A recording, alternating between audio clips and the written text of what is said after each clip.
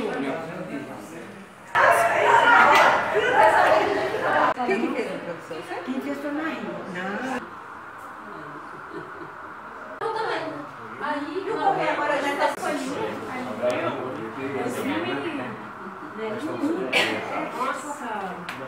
Dona Dalva é a escritora da noite. Boa noite a todos. Atrasamos bastante por uma emergência. A gente vai convidar a Dona Dalva para tomar assento. A Academia de Letras de Teófilo Otoni sente honradíssima em receber a Dalva como escritora dessa nossa sala de leitura. Né? Esse espaço da UEP é o fórum perfeito para que os jovens autores tenham contato com os escritores já publicados, né? Os percalços e dificuldades encontradas, detalhes sobre a origem e momentos interessantes na construção de um livro. A Academia de Letras aproxima seus membros com esse espaço de partilhamento intelectual. Vai até os alunos da comunidade com o projeto Voar com as Letras nas escolas e está nas redes virtuais com o site Letras TO, a página da Academia do Facebook e o blog, espaço para que os membros de todo o Brasil publiquem textos, poemas e editoriais e o canal YouTube, onde registramos vídeo, os momentos sublimes da nossa atividade, como esse evento que está acontecendo aqui. Nosso agradecimento a todos os presentes, né? E especialmente a escritora Dalva e posteriormente a Magali. Viagem, né? Ainda não chegou os percalços de uma viagem, né? Boa noite a todos. Estamos realizando o nosso primeiro encontro da sala de leitura em 2019. Como é que foi tudo isso? Como começou? A partir de quando vocês se reuniram? Há quanto tempo vocês vieram trabalhando com ele? E se isso trouxe para você uma forma agradável de trabalhar juntas, que não era assim tão íntimo das pessoas? Então, isso nós queremos saber da senhora. Então, gente, como tudo tem história, um livro desse tem história também. E como é que começou essa história desse livro? A história desse livro começou a partir daquele primeiro livro que eu escrevi, dos líderes Teófilo Benedito e o pastor Hollerbach, que são os líderes que transformaram o Nordeste de Minas Gerais. E aí, então, num encontro na Academia de Letras com o professor Leônidas Barroso, porque então ele é geógrafo, e eu tendo escrito a história, então a geografia acontece num determinado espaço geográfico, né? Então, ele, como patrono da cadeira do pastor Hollerbach, então ele leu aquele livro, e aí então ele teve vontade de me conhecer, e aí então a gente se conheceu, e aí eu com meu marido, Roberto Caio, que conhece toda essa área, porque ele trabalha no IBC, mexe muito com cafeicultura, então ele conhece tudo. E o professor Leônidas com a Magali sempre estão juntos também. Então nós quatro, que esse livro então fala de mim e da Magali, mas tem nós quatro, eu e o Roberto e a Magali com o professor Leônidas, que então nessa visita ao meio rural com ele, porque ele veio com 4 doutorandos, que ele coordena o doutorado, era na PUC, Minas, e então esses doutorandos estavam aqui para mapear as propriedades onde ainda tem descendentes de alemães, porque ele detém um mapa que foi da Bahia em Minas de 1882, e tem todas as propriedades em que foram ocupadas pelos alemães. E ali então os doutorandos vieram para cá para mapear onde ainda estão descendentes alemães, e tinha também uma analista internacional que também se dispôs a mapear na Alemanha de onde vieram os colonos para cá. E aí, nessa visita ao meio rural com o professor Leônidas e Magali, a gente começou a ouvir algumas histórias daquelas pessoas mais idosas. E então, esse livro nasceu da ideia do professor Leônidas. E aí, então, a gente foi, a princípio, na Lajinha. Porque lá na Lajinha tem uma senhora de 97 anos, tinha um Samuel Racha, e tem 94 anos. E a irmã dele tem 97. Quando nós encontramos com o professor Leônidas, eu, Roberto, Magali, com o professor, com o senhor Samuel Racha, ele falou, olha, eu não sei muita história não. Quem sabe essas histórias é Zilda. A Zilda é irmã do Samuel com 97 anos. Ah tá, então vamos lá conversar com a Zilda. Aí nós fomos para conversar com a Zilda. Foi cada história que ela nos contou que nós saímos de lá já com o projeto do livro. E está tudo aqui no livro? Ó, mas infelizmente, por causa dos contatos, que no meio rural é difícil, a história da Zilda não está aqui. Aí nós fomos várias vezes para encontrar com a Zilda, não encontramos. Aí nós fomos para a casa de outros. Aí então aqui tem história de gente de lá da Lajinha, que ainda nós saímos da casa da Zilda, que tinha uma festa com o marido, encontramos com ela, fomos para a casa de seu Geraldo e dona Edna. E lá nós ouvimos as histórias deles, quer dizer, a gente não ouvia logo as histórias, porque aí nós planejamos como é que a gente ia fazer. A Magali, então, né, nós discutimos, porque existem pessoas, dessas pessoas que a gente foi planejando e procurando ver se elas estavam disponíveis, dispostas a contar as histórias delas, porque nem todo mundo é disposto a contar suas histórias de vida. A gente conseguiu pessoas para contar suas histórias, então aqui contém histórias de pessoas de entre 40 anos e 105 anos. Tem uma de 105 anos, lúcida, que conta as histórias de vida dela, está aqui. E Dona Didinha, que tem 102 anos. Então, foi assim que nasceu esse livro. E a Magali, então, né, nós vemos que aí no meio tem analfabetos, semi-analfabetos. E a gente começou a pensar em pessoas daqui que moram fora, para ver se estavam disponíveis em contar suas histórias.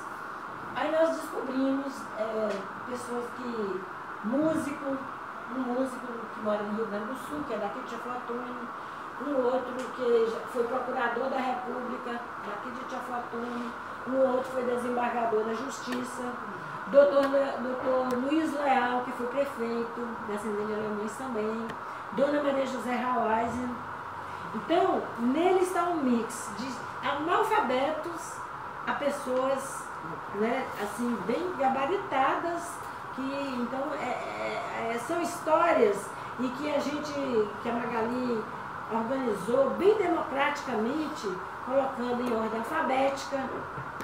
As histórias estão, as pessoas em ordem alfabética, não por ordem de conhecimento e por estilo de história. Então, alguns escreveram suas histórias e passaram para nós. Outros, tem histórias que eu recebi, esse da lápis. Eu digitei e passei para a Magali. Então, foi um trabalho de 2 anos e meio. E a Magali, gente, eu tinha hora que falar, Magali, estou com dó de você. Muita dó, muita pena.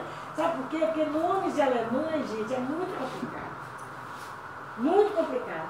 Aí então ela falava comigo que ela estava se valendo daquele livrinho, aquele avermelhado, né, o Genealogia, que tem lá todos esses sobrenomes que estão aqui. Né? Então aqui não tem todas as famílias descendentes de alemães de Tiafuatune, não. Então aqui no dia do lançamento lá, logo veio um cobrar de mim. E aqui eu não encontrei membro da família Marx, que foi uma família muito importante aqui, mas que ela escreveu, mas não quis que colocasse. Isso aconteceu, 2 pessoas desistiram. Mas as outras, 57, aliás, estão aí. Os nomes aí só para, né? Aqui está assim, as famílias, né, que estão todas aqui, tem muita árvore genealógica, que aí alguém pode ver nas árvores genealógicas o parentesco. Que a minha árvore, por exemplo, felizmente eu consegui, porque eu trabalhei na questão daqueles registros do pastor Hollerbach, que eu consegui escrever aquele genealogia. Então, quando a gente está envolvida, a gente vai descobrir, várias outras pessoas descobriram que tem aqui. Então, a árvore genealógica de várias outras pessoas. Pois é, mas eu fui professora no Alfredo Sá, fui professora também no Manuel Esteves, desde a base, desde o prézinho, 2ª série, 3ª, depois fui professora no magistério. professora de metodologia do ensino de geografia e história. Eu não fiz história, eu fiz pedagogia, mas fui professora de metodologia do ensino de geografia e história, que aí isso me ajudou muito a saber assim, as bases da história, como é que ensina a história e a caminhar da história, né? E me animou então. E quando nós íamos comemorar 150 anos que o pastor Hollenbach chegou aqui, aí eu pensei, gente, aí nós vamos fazer alguma coisa, uma comemoração com o quê? Aí juntei lá as ideias e fiz um pupurri, aquele livro, aquele primeiro, um pupurri de informações sobre a descendência alemã aqui e o desbravamento disso aqui. Em 1889, no ano que o pastor Hollenbach morreu, ele deixou escrito: todos os jovens sabiam ler e escrever.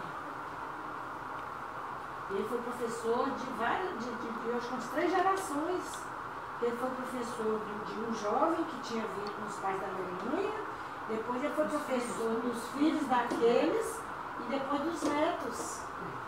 Então, e olha bem, naquele tempo, e quais eram os livros que eles usavam? Eles usavam a Bíblia e os inários, porque eles não tinham livros. Mas eles usavam a Bíblia e os inários. E aquilo, ele reclama que ele pediu da Alemanha, não veio os livros que ele precisava, então ele já devia estar tudo desmanchando, tudo com letras góticas. Então, não foi fácil, mas ele conseguiu. Em 1889, ele deixou escrito: todos os jovens sabiam ler e escrever. Então, foi um personagem muito importante que teve aqui, né? Junto com o Teófilo Benedito. Agora, interessante que na história, por tudo que eu li, eu não encontrei em lugar nenhum um citando o outro. Não sei porquê, mas eu sou curiosa, né? E fico imaginando, por que será? Mas eu não cito o outro, em momento nenhum. De tudo que eu li, pode ter, né? É questão de ideologia, você pode saber que é. Aquela propaganda que foi feita no Alemanha, já tinha até igreja esperando os alemães aqui, mas depois no final da ação a gente ficou sabendo que essa igreja, que disse que tinha sido feita pelo mesmo engenheiro que fez a Igreja Católica, olha só, a Igreja Católica de alvenaria, tudo direitinho, mas que essa outra tinha sido comida de cupins.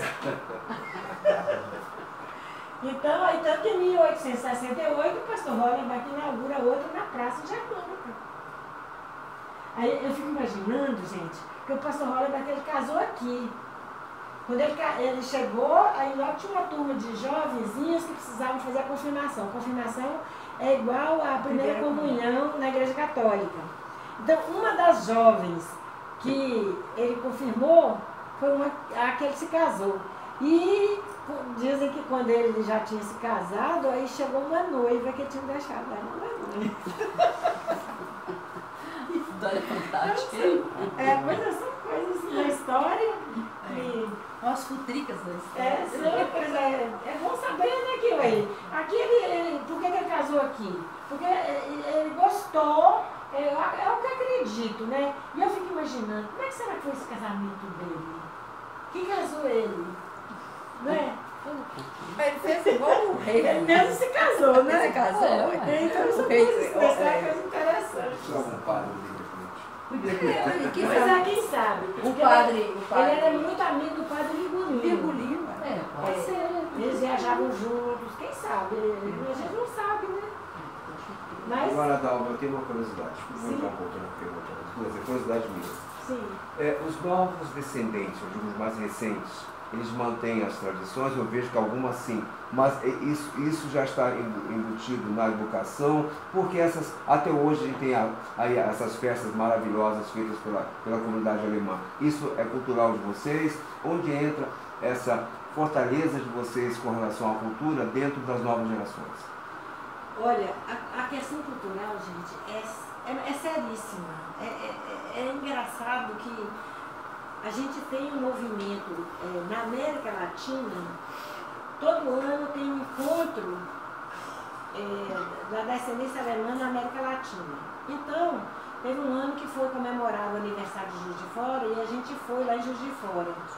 Quando a gente chegou lá em Juiz de Fora, tinha vários grupos, tinha do Peru, tinha do Paraguai, tinha da Argentina, tinha da Venezuela. Aí, num determinado momento, eu saí e vi um ônibus, que esse ônibus, gente, ele sacudia, sacudia, sacudia. Eu fiquei curiosa, falei, o que será que aquele ônibus está ali tanto que sacode? Eu fui lá ver. Gente, quando eu entrei dentro do ônibus, eu chorei de ouvir e de ver aquela alegria e aquelas mesmas músicas que a família de meu pai cantava aqui. E olha, aqueles venezuelanos. Então, os alemães são barulhentos, são alegres, eles gostam muito de festa. Então, por isso, nós temos festas ainda. Pena que cada ano está, talvez, rabeando mais. Falta os apoios. Falta de apoio. Também muita gente vai embora, vai para outro canto, gente que está junto do grupo, daí a pouco vai para outro local. E aí, mas a gente faz tudo. Tanto que aqui, ó, tem muita história aí que foi, assim, contada desse movimento, das festas, dos encontros, dos cultos nas roças, da comida, que a gente ainda preserva. A gente vê também, Dalva, uma boa convivência entre a parte, digamos assim, luterana e o Padre Virgulino, ou seja, duas religiões que se comungavam à busca do desenvolvimento e da integração aqui da região. Como é que vocês veem isso até hoje? Isso foi positivo? Isso facilitou, talvez, a estadia dos alemães por mais tempo? Isso ajudou? Como é que você vê no contexto social essa, digamos assim, aproximação, esse respeito que você mesmo colocou agora há pouco, né? Que as pessoas não se confrontavam, na verdade elas somavam. Sim. Né? Como é que você vê isso? Eu acho isso foi muito positivo, esse movimento de cooperação. Tanto que no dia, né, a história conta que no dia que o pastor Hollerbach morreu, a Igreja Católica bateu o sino durante o percurso do enterro dele. Então, isso aí mostra, né, esse encontro, esse apoio, porque quando o padre Virgulino viajava, o pastor também dava, né, as orientações, fazia sepultamentos, não sei se fazia batizado, mas sepultamento sabe que fazia, um na falta do outro fazia. Foi algo muito positivo. É uma cidade ecumênica também. É ecumênica, sim. A igreja luterana é ecumênica. Isso aí eu conto naquele livro, o primeiro, porque eu captei muita coisa da história de Petrópolis, que Petrópolis já era ecumênica, já tinha esse movimento ecumênico. E Teofotone, né, estava aqui isolado só, mas lá eles tinham notícias do que acontecia aqui. Tanto que quando o Dr. Roberto Avela Alemão veio aqui, ele veio porque um irmão dele era pastor luterano lá no Rio de Janeiro. Então ele veio sabendo das dificuldades que o pessoal daqui estava vindo, porque cartas iam de lá para cá, demoravam, mas as informações, elas eram, né? E então, lá na história e o pastor Hollerbach, quando ele foi designado, né, pastor, que ele era um pastor missionário, ele foi indicado para Petrópolis, no Rio de Janeiro. E o companheiro dele, um outro pastor, viria para cá.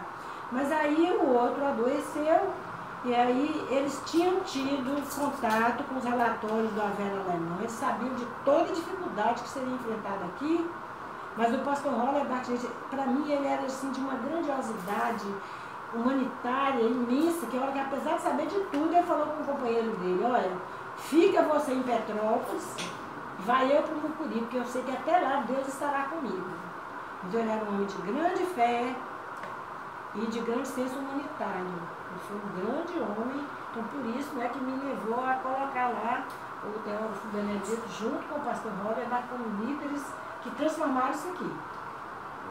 Então o pastor, né, ele já veio com a missão de evangelizar, né? Assim, a missão que ele veio foi essa. Aí dessa missão ele fez todas essas outras coisas aí, né? Pois é, e aí o que ele fez tudo aqui? Ele era carteiro, O estafeta trazia as cartas, quem entregava para os membros era ele.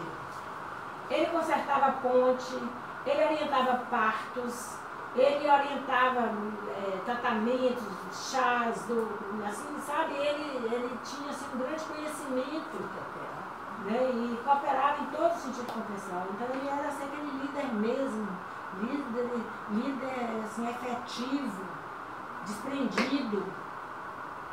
E apesar das dificuldades que aí o salário dele atrasava, porque a princípio teve uma oferta do Império, mas aí a pouco começou a raliar e dependia dos membros, os membros dependiam de colheita, que às vezes andam assim até, né, muita gente muito preocupada aqui com o meio ambiente, com o desmatamento, mas em 1859 teve uma seca aqui que morreu gente de sede. A história conta isso. E era tudo cheio de mata.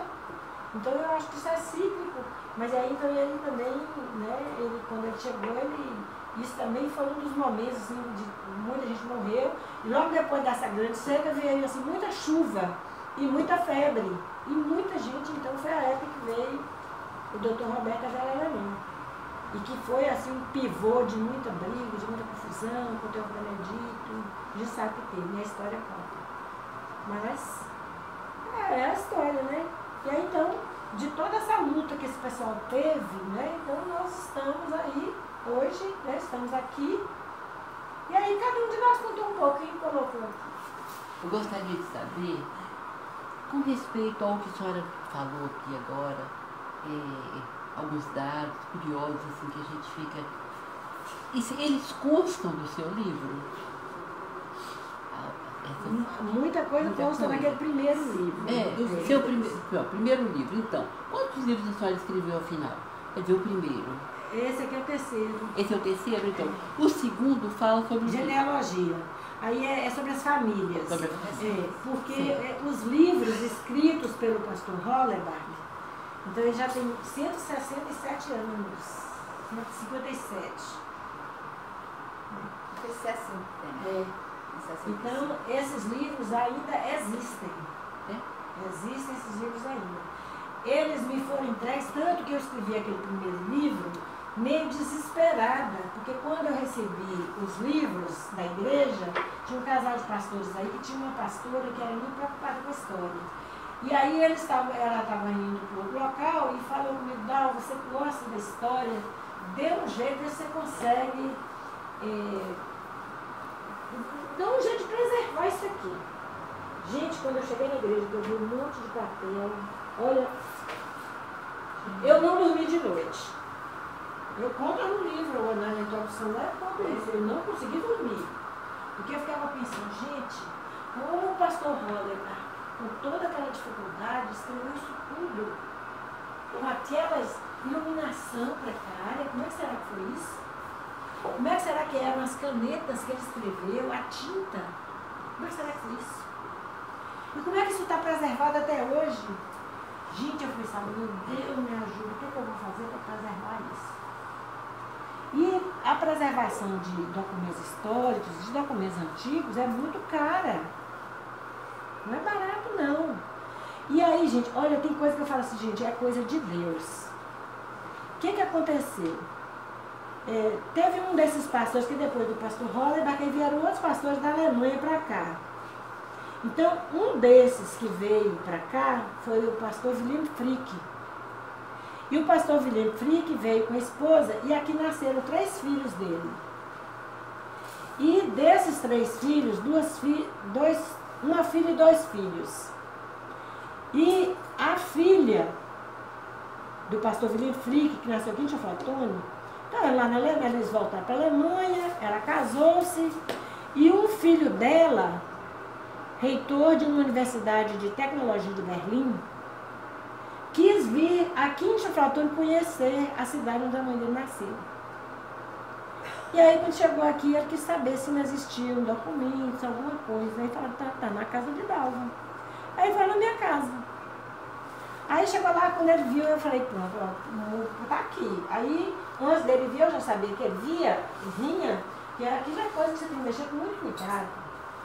E olha, Deus é tão maravilhoso que quando eu fiz 3 cursinhos pelo INL, que é o Instituto Nacional do Livro, e naqueles cursinhos, para a biblioteca de escolas públicas, eles eram antigos.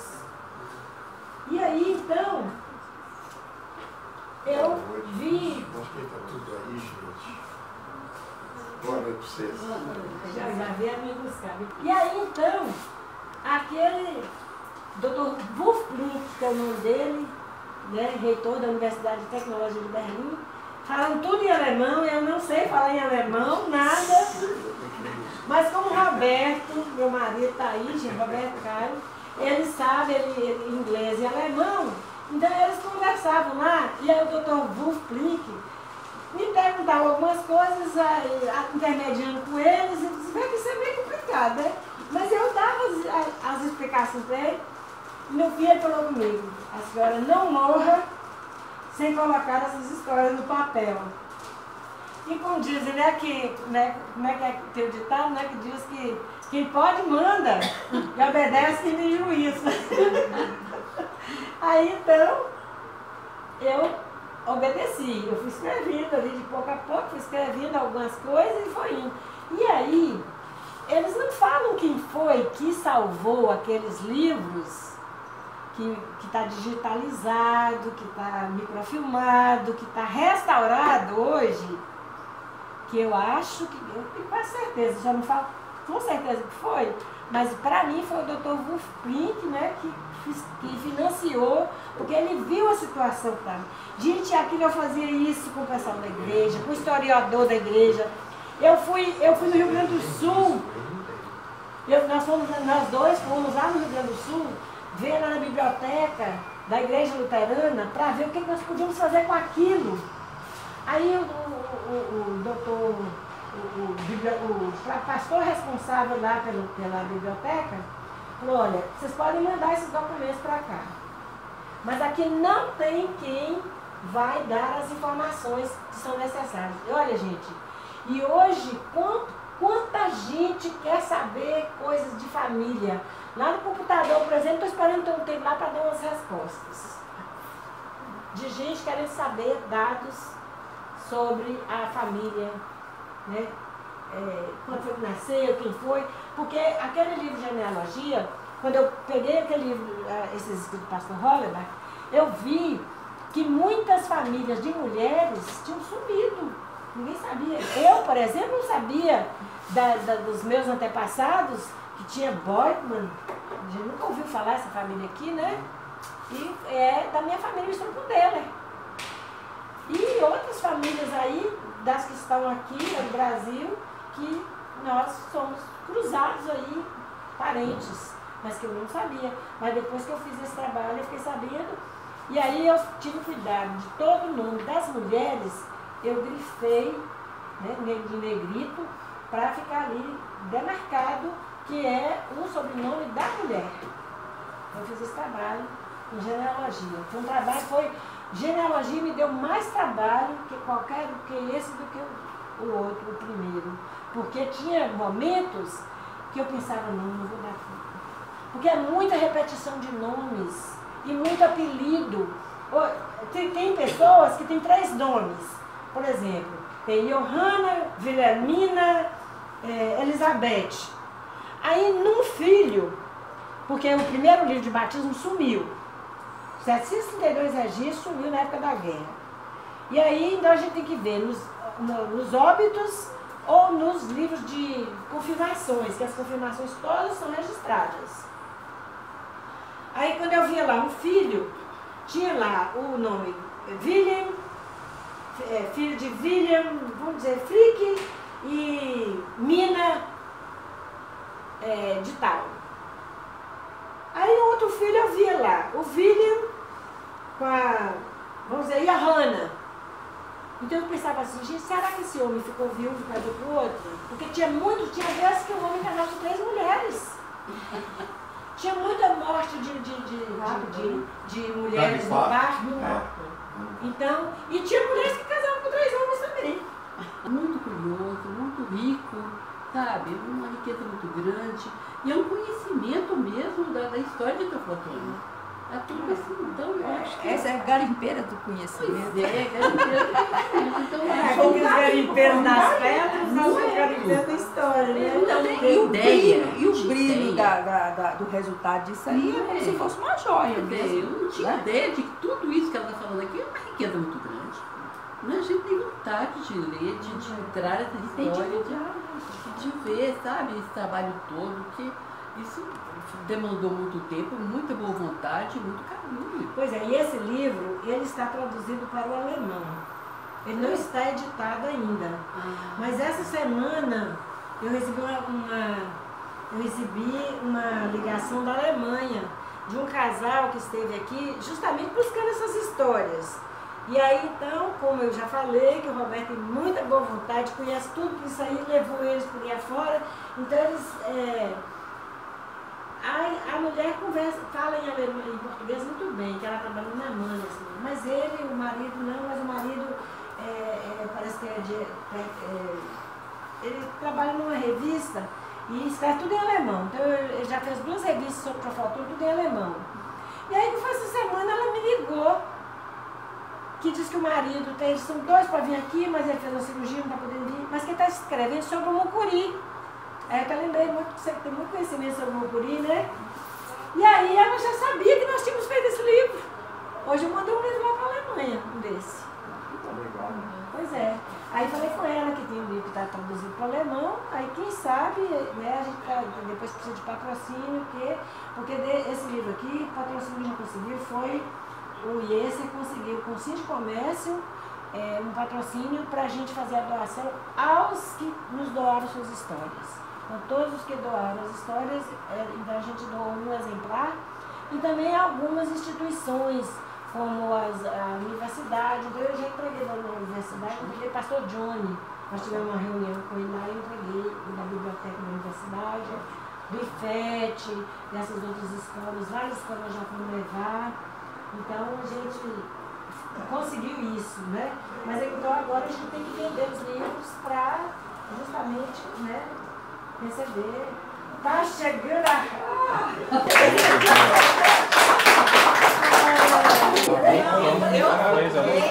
Rezando lá em cima. Magali, que bom, Magali, te ver. Meu Deus, que bom. Bom demais. Pois é. Agora falta com Magali. Mas foi um encontro, gente. Olha, eu vou falar com vocês. Não tem palavras para dizer assim, que maravilha que foi esse encontro com o casal. E olha, Teoflotone tem muito a ganhar com isso, viu? E com o Márcio aí também, que sempre está junto, né, Márcio? E aí essa chance que a gente tem na academia, viu? A gente agradece muito, né, de poder estar contando essas histórias, né? A gente agradece a parte né, de Dalva, né, que ela deixou, para não contar tudo, ela deixou na manga as outras histórias, a parte da Magali. Deixou o segredo, gente. Só falei do desespero que eu ficava de cara com você, com todo de nome em alemão que tinha que escrever. Gente, é nome demais. Mas foi uma parceria muito bacana, né, as duas, né? Muito. Não foi muito, Nossa, né? foi um encontro maravilhoso. Primeiro, eu gostaria de agradecer a todos vocês, né, pela presença, a Academia de Letras por essa alegria de me convidar, né, e o encontro com Dalva foi maravilhoso, porque Dalva é uma líder, né, aqui, e ela sabe muito, sabe as histórias, sabe com quem conversar, sabe os telefones, e ela foi uma companheira maravilhosa, ela e o seu Roberto, né?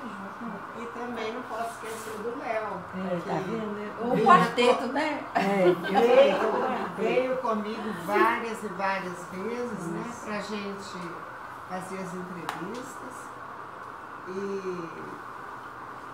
e eu achei assim, se não fossem os dois para acompanhar O Léo às vezes ia, às vezes ele tinha outro trabalho com o Márcio, e aí ele não ia, mas os dois foram praticamente em todas as casas que nós visitamos, né? E as pessoas nos receberam de uma forma maravilhosa, sempre tinham um bolo alemão, um pão alemão, né, Dó? E chá, café, carinho e, sobretudo, confiança. Porque elas se abriam, né? Se abriam para a gente escrever e nos contavam as histórias. E foi, assim, muito emocionante. E tinha confidências, né? Muito. Tinha, muito. E senhoras, eu agora passei por um problema de descolamento de retina, né? E fiquei uma parte desse olho, com uma parte assim, eu ficava sem enxergar, e eu via que nós entrevistamos algumas pessoas cegas, né? Mas como elas nos deram muitas lições assim, de vida, de continuar vivendo, sempre com muito bom humor, com carinho da família. Então, foi muito emocionante. Ouvimos histórias lindas, tentamos reproduzi-las, né? E acredito que eu fiquei muito feliz. Dal também falou que ficou E quem está lendo também, ficou espetacular. Muito bom, vocês estão de parabéns. O livro é O Sol Brilhante do Guri. Tá muito ótimo. Bom, então, é uma grande alegria receber vocês aqui e a sua chegada agora.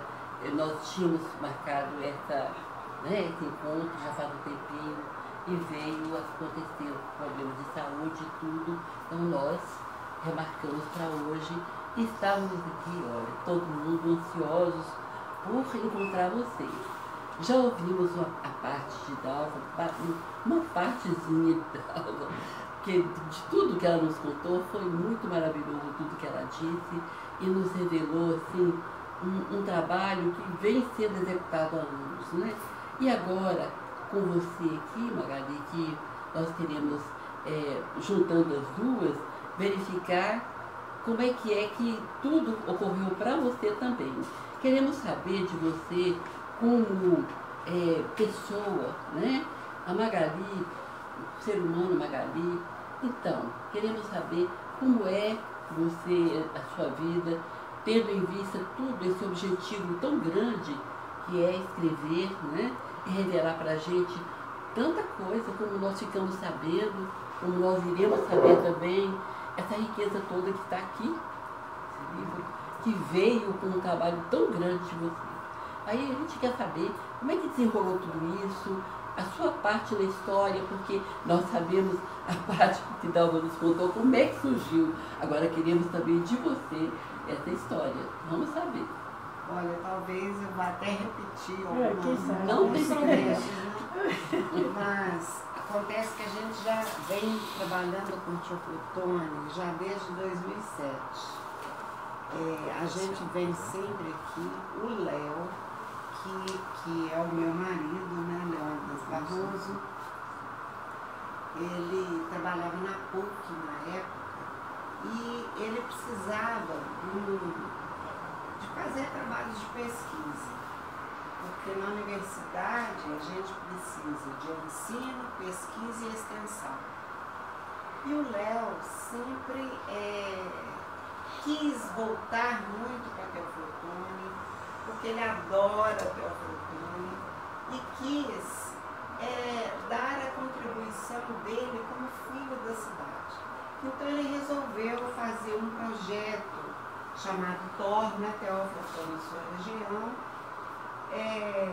onde eu não sei os números, mas foram muitas teses e dissertações que ele orientou, com os alunos fazendo trabalho sobre Teoflotone. E eu vinha também, no início eu não vinha, depois eu passei a vir, e também dando a minha contribuição, porque também sou da área dele, né, que é a área da... Ele é computação misturada com geografia, o meu é computação misturada com matemática, né? Então, eu resolvi dar também minha contribuição para essa cidade. Por quê? Quando a gente está na universidade, o que a gente mais quer é fazer uma pergunta e ter uma resposta, né? A pesquisa funciona com perguntas e você buscando aquela resposta. Às vezes você nem encontra, mas às vezes você é muito feliz e encontra a resposta. E então ele falou assim, olha, eu tenho uma cidade inteira com uma série de problemas para serem resolvidos, né? Quem sabe a gente não faz o projeto voltado para o Teoflotone. E desde então a gente tem trabalhado. Uma das perguntas do Léo era qual a identidade do povo de Teoflotone, né? A gente sabe, mesmo através do Márcio, do livro do Márcio com o Léo, que é aquele sobre a Bahia em Minas, que tem pelo menos 5, vamos dizer assim, 5 povos, né, que contribuíram para a formação do povo teoflotonense, que é o povo mineiro mesmo, que veio do norte de Minas, os índios, que eram os primeiros habitantes, os negros, que vieram como escravos, né? Os alemães e os libaneses, né? Esses 5 segmentos, né? da nossa população de Teoflotone. E o Léo falou assim, então a gente devia estudar todos eles para formar essa identidade da cidade. Porque é uma cidade diferente, né? Uma cidade que não começou como muitas outras de Minas, né? E então, a gente tinha vindo aqui, eu tinha encontrado com Dalva na praça Tiradentes, e ela estava, quando ela publicou aquele livro dela, Genealogia. E eu fiquei muito interessada no livro, porque contava o nome das famílias, quem era filho de quem chegou primeiro, resgatando sobrenomes femininos, que eu achei isso de muita importância, né? E aí eu fui atrás de Dalva e tal, aí o Léo foram numa visita à Lajinha, e nessa visita que surgiu a ideia de fazer o livro. Aí só assim, eu até contei que a gente ouviu primeiro a Zilda Racha, né, irmã do Samuel, e depois a Zilda não saiu no livro, não deu certo, né, mas acontece, né? Quem motivou, né? Pois é, acabou as histórias dela. Não saiu porque não teve condição de fazer mas talvez ela ainda conta as histórias de outro jeito, que eu quero conversar com o Márcio e o pai daquele rapazinho, do Elton, que acho que precisam conversar, porque quem sabe aí ela conta as histórias, fazer outro livro. Pode, ótimo. Quem sabe? É um desafio, né? Ótimo. Tem umas histórias aí que quem sabe aí a Zilda pode te ajudar. Tanta coisa pra contar ainda, né? Tem muito, quem sabe não deu certo com ela para dar espaço para outro. Né? Quem É sabe? sempre, né, a conspiração do universo. Ele não fala sobre todas as famílias, né? Algumas. São 56 histórias, né? E também isso aí também pode motivar outras pessoas a querer escrever um livro, outro livro. E vocês, como é que foi? Vocês começaram a escrever em que ano? E como vocês deram por terminado? Tipo assim, eu comecei e aí eu estou encerrando. Realmente eu não tenho mais o que fazer. Quando é que aconteceu isso? A partir de quando e quando terminou? Nós começamos em novembro de 2016. 2016, novembro. Uma das primeiras entrevistas que nós fizemos foi com a nossa querida ex-prefeita Maria José Mauaise, que nos recebeu lá no apartamento dela em Belo Horizonte, pertinho de onde eu moro, na Serra também. E aí a gente começou, e Dalva, nós fomos nas igrejas, né? Nós falamos lá também nas reuniões da academia, do instituto, e ficávamos esperando, né, que as pessoas se manifestassem o desejo de participar. E algumas pessoas realmente manifestaram, outras Dalva procurou, Dalva com o seu Roberto, né? Eu me lembro até hoje, quando eu liguei para a dona Maria José, que aí eu propus para ela o que ia acontecer, que a gente estava com esse projeto, né? Gente, da alegria dela de poder contar a história dela, viu? Eu ainda ouço a alegria dela. E aí... Vocês não tiveram tempo, né, de fazer isso, antes dela falecer, né? Porque muita gente entregava a história pronta, né, e depois se transformou, né? E pessoas, muitos você gravou, e olha, gente, e toda crente que ia gravar aquelas histórias, e depois o computador ia nossa. Gente, não fez nada. Ai, eu que a cabeça aqui aquelas histórias. Para transcrever. Pois é. Eu via 4, 5, 6 vezes, porque a mão não acompanha, né? Pois é. E escrevia, depois o processo criativo, né, da gente fazer um texto. E aqueles nomes e sobrenomes complicados, eu falava Margarita. Não, e ouvindo é uma coisa, aí eu escrevi um nome qualquer lá, Dalva, Bom, mas o processo criativo, pra gente, eu pelo menos, tem pessoas que são diferentes, né? Eu, quando vou escrever um texto, não um texto assim, que veio de uma entrevista. Primeiro eu escrevia tudo de acordo com a pessoa tinha falado, e depois eu fazia assim, ó, com o texto para dar contar a história, né? Contar a história. E aí nós falamos assim, a gente vai terminar, porque se não falar o último que vai ser, você fica só toda a vida recebendo alguma coisa ou querendo conversar com alguém. Aí nós falamos assim, não, nós vamos terminar em dezembro do ano passado, né? E realmente... Eu já estava pronto, você já estava indo na gráfica, aparece uma história. Aí, gente, mas já está tudo pronto, páginas e tudo. Não. Aí eu pensei, ó, você liga para a Magali, que Magali resolve. Não inseriu uma. Não foi dezembro, não, foi julho, que a Foi gente julho tinha passado, falado para encerrar. Sim. E eu falei assim, então nós vamos, vai dar tempo de publicar em dezembro, porque a gente queria publicar na última reunião da academia, né? Mas aí, aquele vai e vem, né?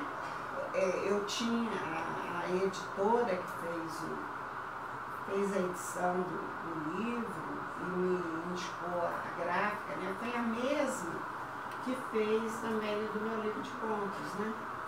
É uma pessoa excelente. E aí ela mandava para mim, eu lia, modificava uma da aula para ela, e vai nesse vai e vem. Foi passando o segundo semestre todo, quando eu assustei, já estava chegando dezembro, já não tinha mais jeito de publicar em dezembro. Aí nesse meio tempo eu quebrei o pé. Quebrei Quebrei o pé com a cadeira de rodas. Não é de rir, não, E aí né? teve texto que eu dentro do carro, chovendo, e o moço querendo que a gente fosse para casa dele para conferir que nós tínhamos que ir em todas as casas para a pessoa ouvir o texto para ver se era aquilo mesmo. E eu sei que chovendo, eu corrigi texto até dentro do carro, para quebrar. É, porque a gente fez assim, a gente ia na casa, fazia entrevista, tirava foto. Sim. Aí, depois desse período todo que eu ficava escrevendo, eu mandava o texto para a Dalva. Aí Dalva ia na casa da pessoa, lia, a pessoa falava, não, isso não tá bom, não foi bem assim, ou então corrigia, ou retificava ou ratificava, né? O texto. E aí Mini também foi algumas vezes com Dalva. Quando eu fui o Mini foi. E tirava os foto. casos, tirava as fotos, né? E aí, depois de lido, confirmado, é isso mesmo? Aí a gente dava um papel, dava um papel para a pessoa aprovar, né? A publicação, tanto do texto quanto das fotos. Um trabalho e olha, e as pessoas contam as histórias. E às vezes tinha dúvidas no nome. Muitas vezes eu tive que ligar para a igreja para confirmar os nomes, se era aquele nome mesmo.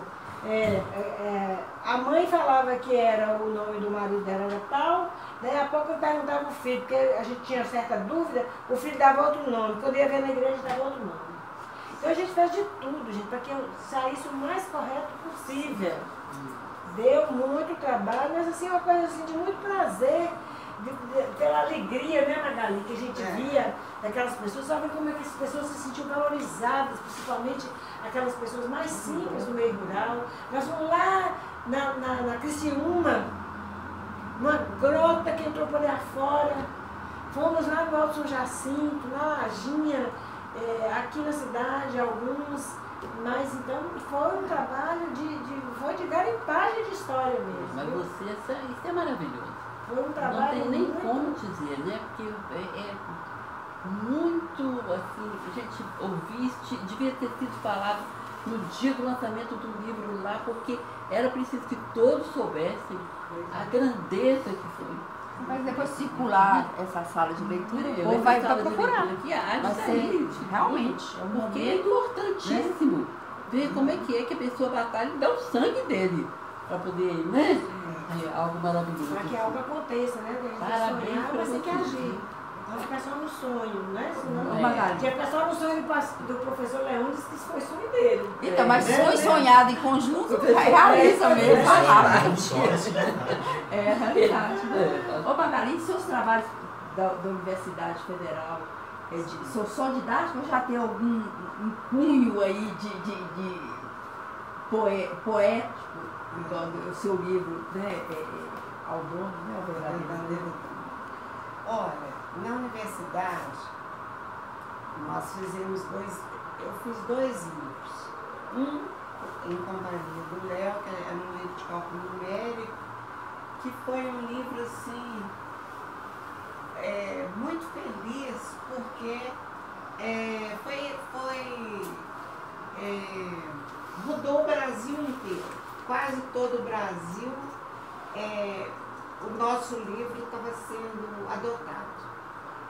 Porque os livros que tinham de cálculo numérico não tinham muita aplicação.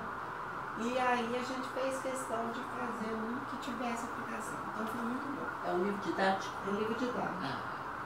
Depois eu fiz um outro para um congresso que teve em Caxambu, da minha área, que foi tema da minha dissertação de mestrado e depois a tese de doutorado, que é a teoria dos gráficos. E também eu começo o livro com um problema um caminhão de lixo, porque para você fazer o caminho ótimo, né, do caminhão de lixo é matemático, né? É um problema matemático e precisa do computador para resolver. Então eu, a partir desse problema do caminhão de lixo, e desenvolvi a teoria dos grafos. Então eu achei também um trabalho legal. Depois, mais recentemente, eu trabalhei que eles levaram em Belo Horizonte, chamado Nazaré. Então, a gente viu, eu e o Léo a gente conversa muito sobre, temos uma afinidade muito grande na parte pessoal e profissional, porque nós somos professores, tivemos os mesmos cursos, né? Então, nós vimos a semelhança da elaboração de um balé e de um trabalho científico. Então, o que eu fiz? Eu fiz um paralelo entre os dois, né? Que o Wisnik, que fez as músicas, né? A trilha sonora do Nazaré, ele foi buscar, ele é pianista e é doutor em literatura. Então, o que ele fez? Ele foi buscar na obra de Machado de Assis alguma coisa que pudesse dar sustentação ao enredo do balé. E buscou na obra de Ernesto Nazaré quem que o Ernesto Nazaré utilizava para fazer as músicas. E o Ernesto Nazaré utilizava muito uma coisa que se chama espelhos. Então, eu vou dar um exemplo matemático de que poderia ser espelho, né? Você tem aqui 2, você tem menos 2, você tem meio e tem menos meio, que seria o 2 aparecendo no eixo cartesiano, né? O 2 positivo, o 2 negativo, a fração e a fração negativa. E o Ernesto Nazaré usava isso nas músicas dele. Ele escrevia uma linha melódica, o que ele fazia? Ele punha um espelho aqui embaixo, rebatia e continuava a música com o espelho de baixo. Ele punha o espelho no final e tocava a música de trás para frente. Ele punha o espelho abaixo do lado de cá e fazia uma música que era de trás para frente e era o rebatimento da pauta. Então, o que ele fez? Ele falou assim, é isso que o Grupo Corpo vai ter que fazer na dança para representar Ernesto Nazaré. Gente, aí é maravilhoso, porque você vê, um dança uma coisa, um grupo dança uma coisa, o outro dança o outro, um começa, o outro termina, e assim foi usando todo esse conhecimento que ele adquiriu da obra de Machado, porque ele retrata 3 contos de Machado no enredo do balé, e também usando esses mecanismos de espelho. Tem hora que alguém faz um gesto, o outro faz o mesmo gesto, o outro faz, como se tivesse um espelho no meio. É muito, muito interessante. E esse trabalho, quer dizer, é um trabalho científico que eu fiz, mas mostrando uma parte artística. Ah, tá, mas vamos lá ver então. Aí, então, acho que já amanhã a gente se vê. Tá bom. Ah, meio-dia, então. Beleza. Obrigada. Então tá. Muito obrigada. Pois é, eu preciso Valeu a pena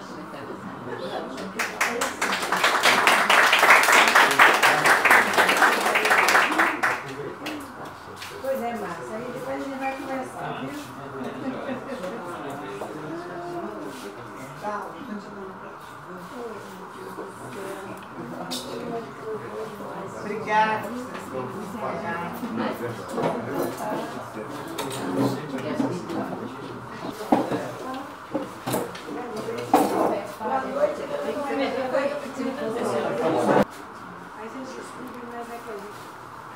Ali, esta é a nossa primeira reunião desse ano, 2019. E veio trazer para nós essa importante revelação sobre todo esse livro, sobre a composição, sobre essa importância toda de a gente estar agora analisando tudo e sabendo como foi o trabalho, né? Assim, durante 2 anos. E vocês darem conta de fazer e terminar com tanto sucesso. Então, a nossa primeira reunião está sendo muito bem sucedida, né?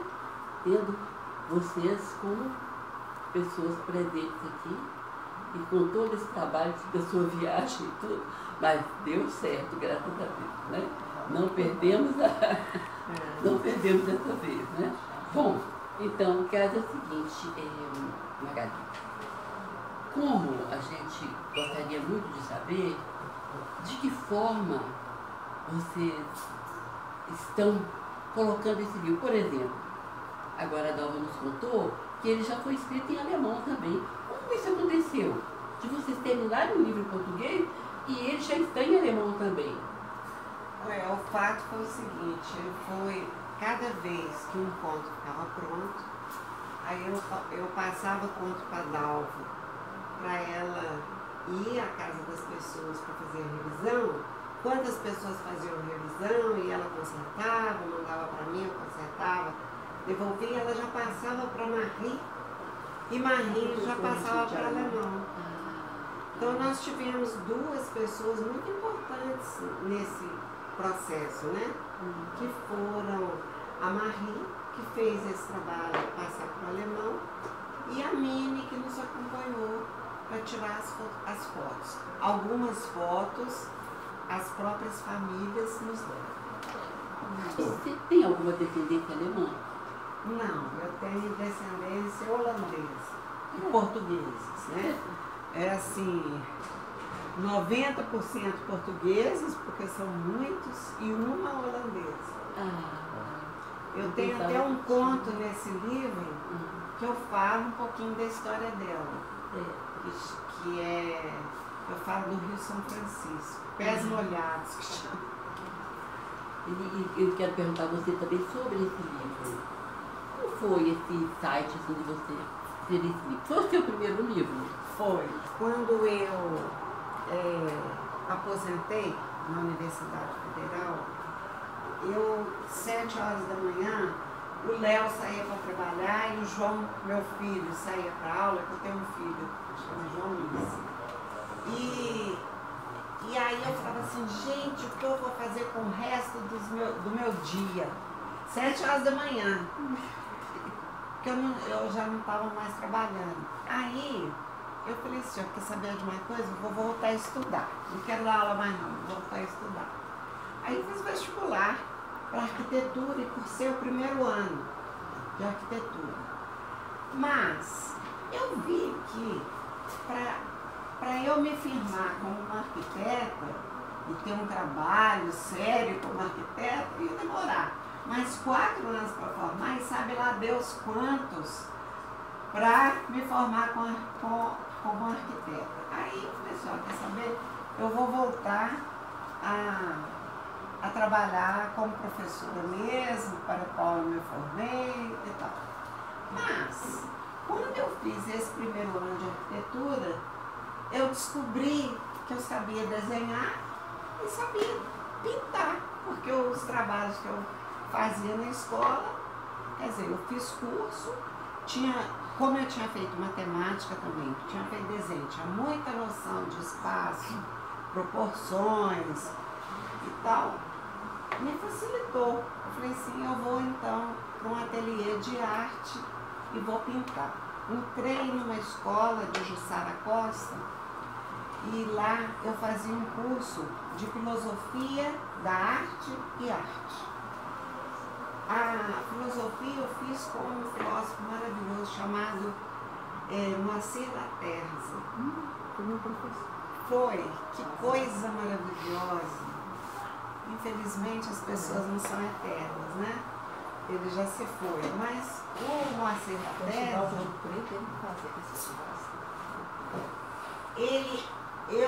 eu fico, ele dando aula, gente, as palavras saíam da boca, ele conseguia expressar de uma forma tão maravilhosa, que era como se a água caindo da cachoeira, sabe? Assim, uma coisa maravilhosa, espontânea. E aí eu comecei a pintar. Entrei num outro ateliê, e eu tinha éramos 5, a professora e mais 5. E aí a gente fazia vários desenhos, pinturas, etc. E aí a gente começou a querer fazer uma pintura com mais significado. E o marido de uma delas era especialista em literatura, professor e tal. E ele falou assim, por que a gente não estuda um autor? E ele então escolheu Murilo Rubião. Aí o que a gente vai fazer? A gente ia para a casa deles um dia à noite, quarta-feira à noite, e discutia os livros de Murilo Rubião. E aí, na sexta-feira, a gente ia para a aula e tentava pintar alguma coisa que tivesse a ver com os contos do Murilo Rubião. E eu tentei de todo jeito pintar alguma coisa, porque é um realismo fantástico dele, né? E eu acabei não pintando nada e escrevi um texto chamado Numa Tarde Qualquer, que está também nesse livro. Aí eu descobri que eu podia escrever. Uma coisa leva a outra. Bom, aí entrei para as oficinas de literatura de Dagmar Braga e nós fizemos vários textos, né, durante essas oficinas de literatura. E muitos deles, né, estão aqui publicados no Verdadeiro Tomo, que eu queria até ler o último texto que está aqui na 4ª capa, porque esse texto que me deu o título do livro, né? Palavras. Palavras são contas de muitas cores e formas espalhadas sobre o tecido ondulado da memória. A mão do artesão tece o colar, mas o que precisa o fio e a colocação das peças são os sentimentos. Por essa razão, vira joia assim que toca o verdadeiro dono. Nossa! Aí eu escolhi o título, que eu falei assim, alguém, né? Alguém, um desses textos vai atingir alguém, né? E ele vai se tornar o verdadeiro dono. Mas tem outra eu já entendi diferente. O verdadeiro dono, eu entendi a transcendência. Para mim foi a transcendência. Olha só, eu tive o prazer de ler esse teu livro, que eu contava praticamente no préluo, pós-préluo, né? E na época eu até comentei contigo, eu gostei muito dessa tia, acho que é tia Antonina, se não me falo de memória.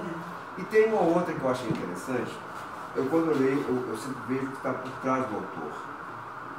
E você fala no final que você faz café, você não, conta, né? E a preocupação com o dia a dia, com o café da manhã, e de repente eu me enxerguei um pouco ali. No final do conto você fala assim, e você preocupada lá com o vizinho tímido.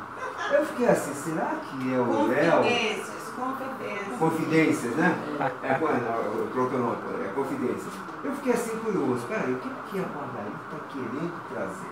Será que é o Léo, que é igual a mim, que a mulher estava preocupada comigo, a gente não está nem aí, elas têm um mundo, com um mundo feminino é diferente do masculino, né? E às vezes, eu falei assim, será que, eu não sei não, eu não sou eu, mas eu acho que eu estou me identificando aí com o Léo. O que está por trás desse texto? Eu fiquei curioso. Olha, na Que verdade, motivou, né? É. na verdade, esse texto, tem alguns textos desse livro que são meio loucos. E eu acho que esse é meio louco, porque ele fala tanta coisa. De tarde eu tô assim, de manhã eu tô assado, meio-dia eu tô isso, de tarde eu quero voltar para o melhor lugar do mundo, que é a minha casa. E aí eu tô fazendo alguma coisa e rio, porque eu lembro do vizinho comigo no elevador, todo sem graça. E aí são vários momentos, né? E eu achei... E quem é a tia Antonina? Acho que é isso, tia Antonina. A tia Antonina? Sim. É minha tia. Ah, sua tia mesmo, Minha né? tia mesmo. Ah, tá. Minha tia Antonina, que era uma tia, meio avó, porque ela era, na verdade, ela era esposa do tio do meu pai. E mamãe mudou para Belo Horizonte, e essa tia ficou praticamente no lugar da mãe dela, que estava lá no interior. E a gente visitava muito, e era uma pessoa muito terna. Então eu resolvi escrever sobre ela. Dona Magali, aqui quando eu li esse livro, assim, foi o melhor livro que eu li ano passado, né? E assim, esse poema 32, Proteção, né? Assim, se ela pudesse ler, Sim. porque na verdade eu penso que é uma imagem que veio para a cabeça da gente assim, talvez a própria autora lendo-a, a gente consiga aquilatar um pouquinho mais desse sentimento, né? Então assim, foi um dos textos que assim eu fiquei bem impressionado. Então, se ela pudesse ler pra gente. Sim. Proteção. Aí. Ouvindo minha mãe dizer, vai com Deus. Para ela, poucas vezes tive a oportunidade de dizer isso. Ela quase não saía de casa. Um dia, dei-lhe um beijo na testa e com profunda tristeza lhe recomendei, vai com Deus. Saí antes da cerimônia final. Realmente é um texto que vai lá no fundo, porque é a despedida da minha mãe. É real. Porque a gente não consegue, Jair, descrever se não tem muito de você, né, nos textos. Com a Dagmar Paraga, eu aprendi que a gente pode escrever um texto a partir de observações, a partir de vivências, a partir de invenções, ou então conversando com outros autores, né? Mas em todos eles, na verdade, você se expõe, você está presente, né? E eu escrevi aqui também no início, tem acho que é Doce Memória, Manhã de Outono, Doce Memória, que são memórias minhas de meu pai, que meu pai morreu, eu era muito nova, eu tinha 16 anos, e ele também, ele tinha 53 anos. Com minha mãe eu tive sorte de viver mais tempo. Mas em todo texto você, mesmo que você tenha inventado, né? Fica um pouco. É meio autobiográfico, né? E eu tenho outro texto, se vocês me permitem, eu gostaria de ler. O Eu Temperado, que é eu tentando me encontrar, né? O Eu Temperado. De todas que fui, tenho um pouco. Redobrei em tentativas para fazer direito. E o avesso, que guarda? A metade autêntica ou a desenhada? Desejo um dia acordar inteira, direito, avesso, equilibrados. o lúdico a temperar o sério e o real a se aproximar do sonhado. Então esse texto é muito, e é muito caro também. E tem um outro que quando a gente vem de uma área diferente, né? Como eu fiz matemática, fui professora há anos de matemática, depois da parte de computação e tudo, você acaba, depois fui para essa área, né, de escrever, aí você acaba inserindo nos seus escritos aquilo que você tem de vivência, né? Então esse texto eu gosto muito também, porque fala da minha família primeira e da minha família segunda, né? Da minha família grande, que é a minha anterior, e a minha família pequenininha, que é com o Léo e o João. Chama o hífen. Eu era um hífen entre 3 e 4. Embora consecutivos, há uma diferença de 20 entre o primeiro dos 3 e a última dos 4. Durante muito tempo, me vi como um separador entre as duas quase metades. E quando adolesci, não pertencia a nenhuma delas. As distâncias eram enormes, daí a solidão. Dos 3 de cima, distanciava 10, 8 e 6. Dos 4 de baixo, distanciava -4, -6, -8, -10. Realmente me sentia o zero. A árvore da qual nasci brotou da união de 2 sementes. Uma germinou em 11 e outra em 18 do século XX. Frondosa, ela se entrelaçou com outras, surgindo uma alameda sombreada. Quando eu era 27, me encantei com 31. E a recíproca foi verdadeira.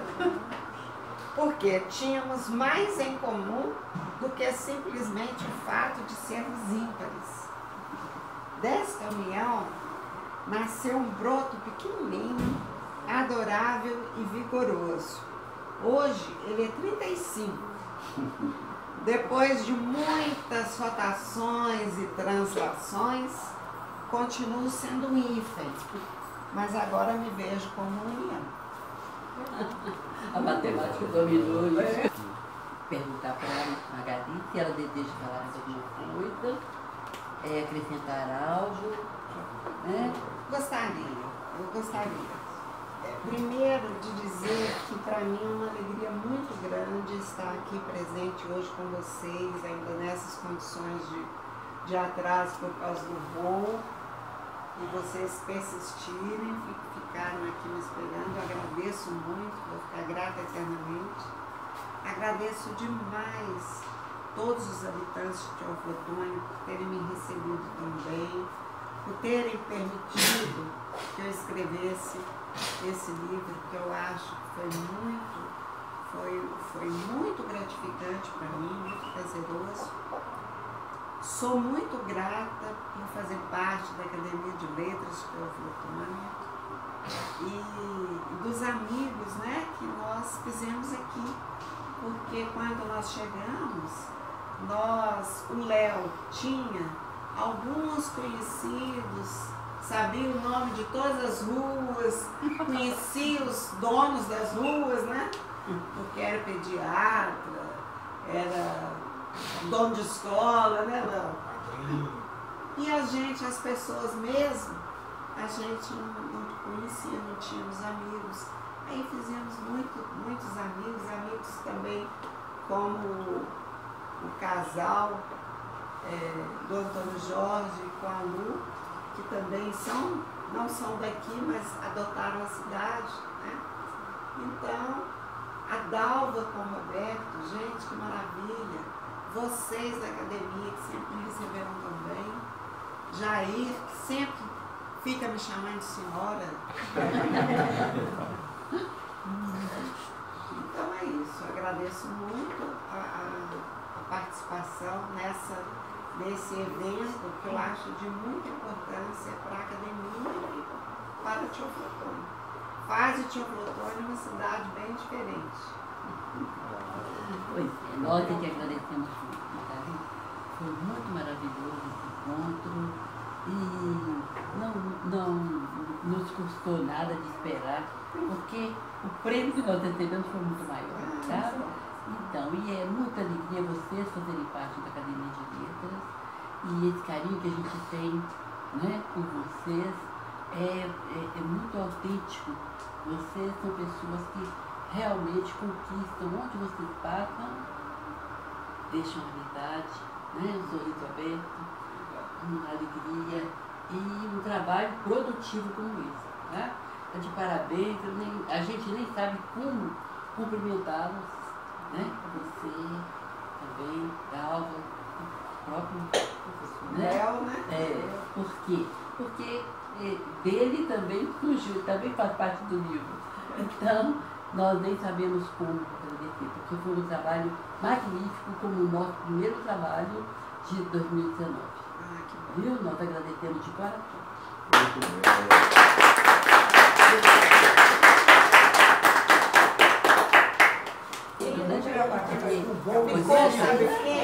Então,